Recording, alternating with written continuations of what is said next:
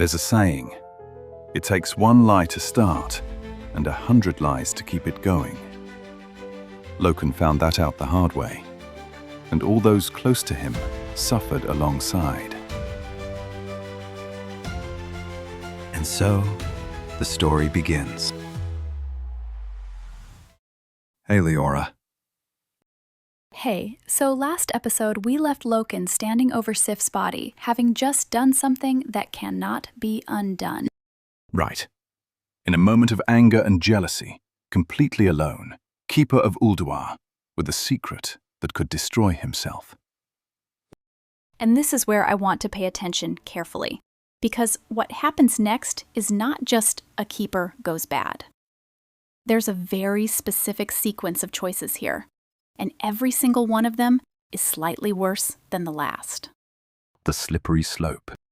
A very slippery slope, and it starts with the simplest, most human instinct in the world: fear.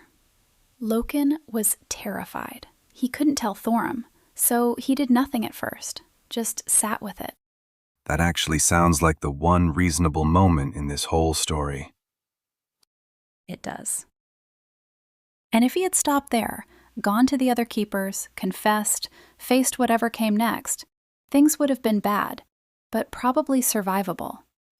Not what happened. Because that's when her spirit appeared. Sif? Sif's spirit. Or something that looked like her spirit, standing in front of him. And this is the part that really gets me. She forgave him immediately. No anger, no accusation, just, I forgive you. And also, you need to move quickly before Thorum finds out. That's convenient. Very convenient. Loken actually noticed something off about her. The text says he sensed an unseen darkness. Subtle, but there.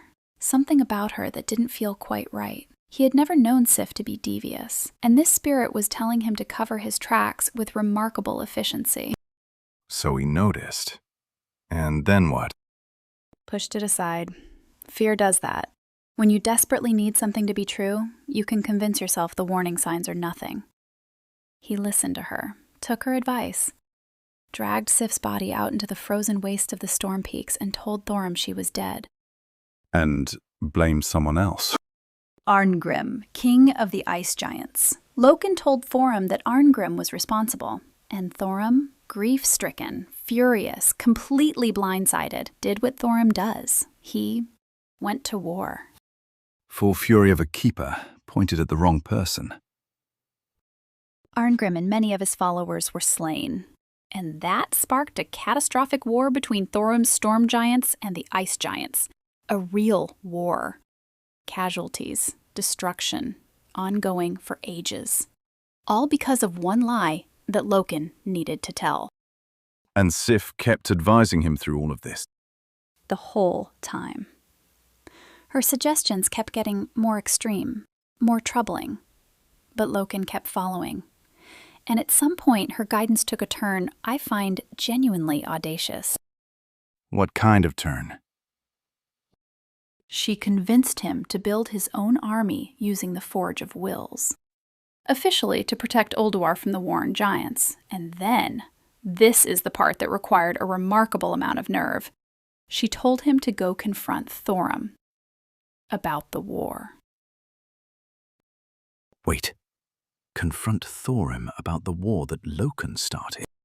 He walked up to his brother, whose wife Loken had killed, whose grief Loken had weaponized, and lectured him for letting anger rule his emotions, for creating such a terrible rift among the Titan Forged.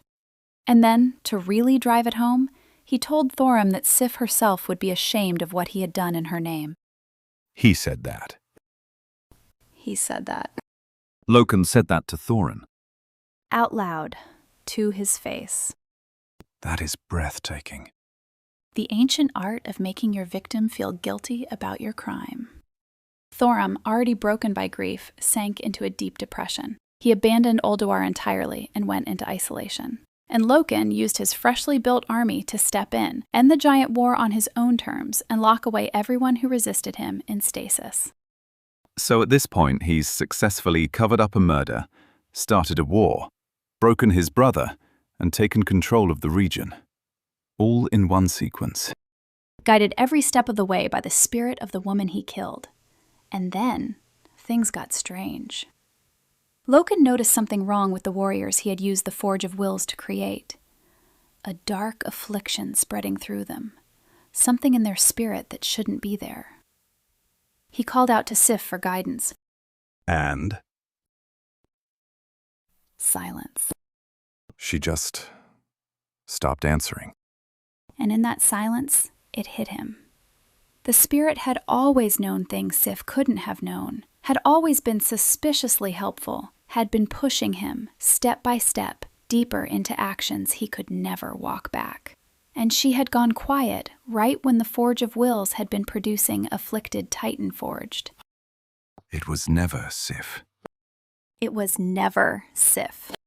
The whole thing, the forgiveness, the advice, the framing of Arngrim, the speech to Thorum, all of it. Yogg-Saron. The old god imprisoned directly beneath Ulduar had been playing the grieving, terrified, morally compromised keeper like a fiddle. The false spirit had also, while helping Loken build his army, tainted the Forge of Wills with the curse of flesh. Loken had unwittingly handed Yogg-Saron exactly what it needed. An ancient, imprisoned god, pretending to be a dead woman, to manipulate her own killer into destroying everything around him.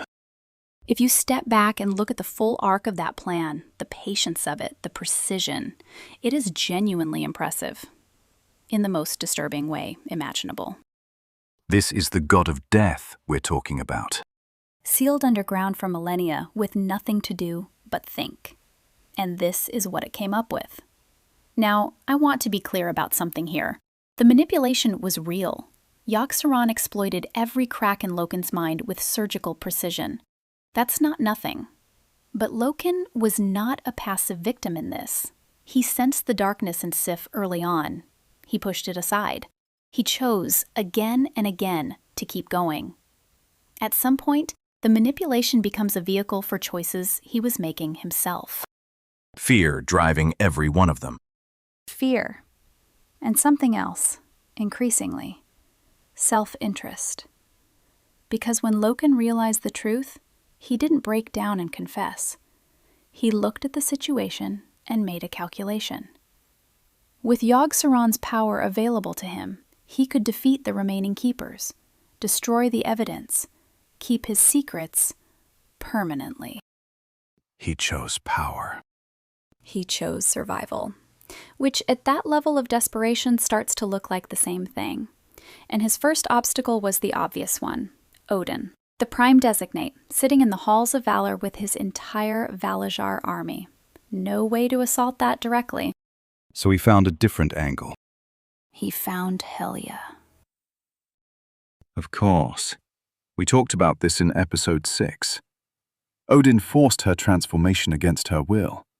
She'd been carrying that grudge for as long as she'd been Valkyr. And Loken knew exactly what to say to her. He offered her 2 things. Freedom from the compulsion that bound her to Odin's will, and the chance for revenge she had been waiting for since the day he shattered her form. In exchange, seal the halls of valor, trap Odin and the Valajar inside, permanently. And she agreed. Without much hesitation, I imagine. She used the same power she had once used to secure the elemental plane, bending the arcane energies around Azeroth to her command, and sealed the halls of valor shut. Odin and all his champions, trapped inside their golden fortress, couldn't break out, couldn't help anyone. And here's the thing. Odin walked right into this. The isolation, the stubbornness, the decision to transform Helia by force rather than find another way, all of that came back to him.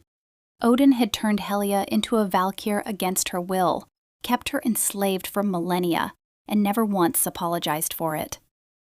He handed Loken a door that was already wide open, and a person with every reason to walk through it. Odin wasn't a fool, but he had blind spots, and Loken found them. What did Helia do after that? She built herself a new home. deep below the halls of valor, bound to Azeroth's seas. She called it Helheim. And the darkness that had been festering in her for so long shaped it into something grim. A realm of nightmare and shadow, where the souls of dead Vrykul who arrived there were gradually transformed into vengeful, spectral beings. The Kvaldir. Down to the ocean mists, raiding the shores of Kalimdor forever. Everything Odin built reflected back at him as its darkest possible version. There's a brutal symmetry to it. Anyway, with Odin sealed away, Loken turned to the remaining keepers. And things moved quickly. Who bore the brunt first? Mimiron first, because Mimiron had started noticing something wrong with the afflicted Titanforge Loken had created. He was brilliant, meticulous, and getting close to understanding what had happened to the Forge of Wills. Loken couldn't allow that. He sabotaged Mimiron's workshop, and it appeared to be a tragic accident. Appeared to be. Mimiron's spirit survived. Barely. His mechanomes scrambled to build a new mechanized body to house his fading soul, a desperate act that technically worked, but left him profoundly changed. He retreated deep into his workshop, lost in his machines, and never quite came back to himself. A mind that brilliant just scattered. Then Freya. Loken brought his forces to her domain in the Storm Peaks, the Temple of Life, and they fought. Freya was fierce, but she was outnumbered and up against power she hadn't accounted for.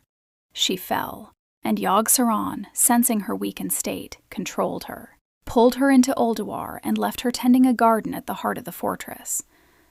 Present, but not free. That is a particularly cruel fate for the keeper of all living things. Yogg-Saron does not do mercy.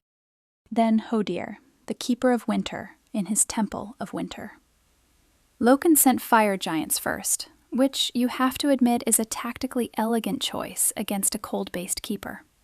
By the time Loken arrived, Hodir was already weakened, easy to subdue. Same fate as Freya, mind-warped, sealed in Ulduar, no longer a threat. Odin sealed away. Mimiron broken. Freya and Hodir enthralled. That's most of them. Who's left? Tyr and Arcadis, and a Titan-forged giantess named Ironaya, who was close to both of them. Those three got away. They escaped. Tyr had seen it coming. He'd been watching Loken for a while, sensing the darkness growing in him. When he witnessed the attack on Hodir directly, he knew he couldn't fight Loken head-on, not with an entire army behind him. So Tyr made the call to pull back, took Arcadis and Ironaya, slipped out to the edges of the Storm Peaks, and went quiet. Smart move. Loken sent his forces to hunt them. They searched everywhere, never found them. Whether Loken eventually concluded they had fled entirely, or simply decided they were no longer an immediate threat, we don't know.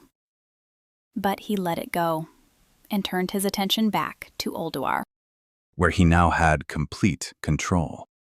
Back in Ulduar, Loken got to work. He reprogrammed the fortress's machines to recognize him as the new Prime Designate. Azeroth's highest authority, at least on paper. He also disabled the tainted Forge of Wills and banished many of his servants to the Storm Peaks. Then, he sealed Ulduar shut and sat alone in the silence he had made. As you do. As you do. And then he sat in Ulduar's silence, which he had created, and tried to feel like it was worth it. I'm guessing it wasn't. He was terrified the whole time, specifically of two things. The Pantheon returning, or Algalon, their appointed watcher, coming to investigate. Either one discovering what he had done. The irony is that he had gone to extraordinary lengths to protect himself, and the one thing he couldn't protect himself from was right beneath his feet. Yogg-Saron. With no one watching him anymore, Yogg-Saron had all the room it needed to whisper, to reach, to quietly work at the things it had been planning for a very long time. Loken thought he was securing his position, and instead he was handing his most dangerous prisoner exactly what it needed. The old god began to stir. And there was one more curious detail at the end of all this. Through everything, the war, the murders, the coup, Loken had been half expecting Ra to emerge from the south and come to investigate. The High Keeper had long been somewhere in the southern reaches of Kalimdor. Surely he would notice. But he didn't come. Not a word. Not a movement. Loken was apparently as surprised as anyone. What was keeping Ra silent through world-altering events unfolding in Ulduar? That is a question for the next episode. Because next time, we follow the keepers who survived, Tyr, Arcadis, and the silence of Ra, and see what choices they made when everything around them had gone wrong. And here is a question for this episode. Yogg-Saron manipulated Loken masterfully, no question. But Loken noticed the warning signs and chose to ignore them. At what point does manipulation stop being a full excuse? Is there a moment in this story where you feel Loken made a choice that was genuinely his own? And if so, what was it? If you enjoyed this one, subscribe so you don't miss what comes next. If you're learning English, or if some Warcraft terms felt confusing, tap the video link in the top right. Our vocabulary episode explains useful English expressions from today's story, along with the Warcraft terms we mentioned. See you next time. See ya.